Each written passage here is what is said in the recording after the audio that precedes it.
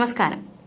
സ്ത്രീകളുടെ ഒരു ആകർഷണ അവയവമാണ് സ്തനം. അതിൻ്റെ വളർച്ച കൂട്ടാൻ വേണ്ടി ആഗ്രഹിക്കുന്ന പലരുമുണ്ട്. ചിലർ അതിൻ്റെ വളർച്ച അല്ലെങ്കിൽ അതിൻ്റെ വലിപ്പം കൂട്ടാൻ ശ്രമിക്കുന്നു, ചിലർ അത് കുറയ്ക്കാൻ ശ്രമിക്കുന്നു. എന്തായാലും ഇപ്പോൾ പറയാൻ പോകുന്നത് കൂട്ടാൻ ആഗ്രഹിക്കുന്നവർ എന്തൊക്കെ ചെയ്യണമെന്നാണ്.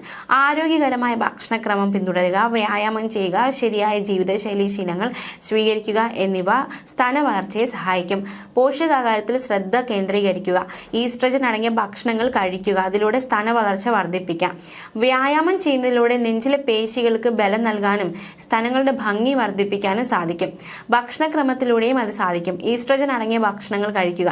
സോയാബീൻ ഉൽപ്പന്നങ്ങൾ, മത്തങ്ങ വിത്തുകൾ, സൂര്യകാന്തി വിത്തുകൾ, എള്ള്, ഉലുവ, ചണവിത്തുകൾ തുടങ്ങിയവ കഴിക്കുക.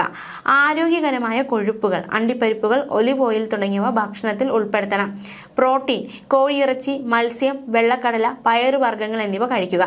പച്ചിലക്കറികൾ, ബീൻസ്, പീസ് എന്നിവ കഴിക്കുന്നത് മൊത്തത്തിലുള്ള ഹോർമോൺ ആരോഗ്യത്തിന് നല്ലതാണ്.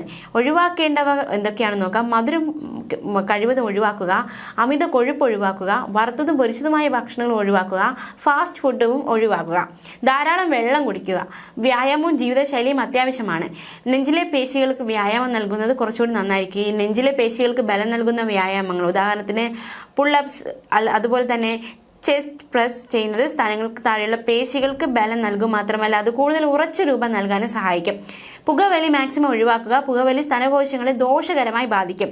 മറ്റെന്തൊക്കെ കാര്യങ്ങൾ കൂടി ശ്രദ്ധിക്കണമെന്ന് നോക്കാം. സ്തന വളർച്ച ജനിതക ഘടകങ്ങളെയും ഹോർമോൺ വ്യതിയാനങ്ങളെയും ആശ്രയിച്ചിരിക്കും.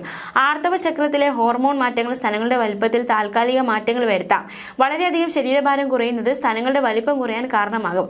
ശരീരഭാരം വർദ്ധിപ്പിക്കാൻ ശ്രമിക്കുന്നത് സ്തന വളർച്ചയ്ക്ക് സഹായിക്കും. ചില ശസ്ത്രക്രിയകളുണ്ട്. ബോട്ടോക്സ് പോലുള്ള പ്രക്രിയകളും സ്തനങ്ങളുടെ രൂപം മെച്ചപ്പെടുത്താൻ സഹായിക്കും. എന്നാൽ ഡോക്ടറുടെ നിർദ്ദേശമില്ലാതെ ഇവ ചെയ്യാൻ ശ്രമിക്കരുത്.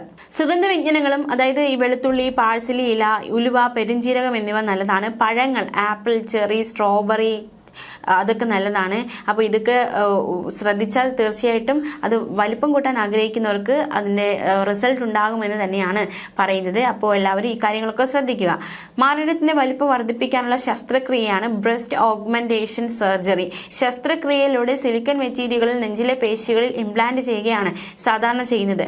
ഉപയോഗിക്കുന്ന സിലിക്കണിന്റെ ഗുണമേന്മ അനുസരിച്ച് ചെലവ് വ്യത്യാസപ്പെടും. എങ്കിലും ഏറ്റവും കുറഞ്ഞത് 45,000 രൂപ വരെ ചെലവ് വരും. എന്നാൽ സിലിക്കൺ ഇംപ്ലാന്റ് ചെയ്ത് ചുരുക്കം ചിലരിൽ ലിംഫോമ പോലുള്ള രോഗങ്ങൾ വന്നത് ആളുകളിൽ ഭയപ്പാട് സൃഷ്ടിച്ചിരിക്കുകയാണ്.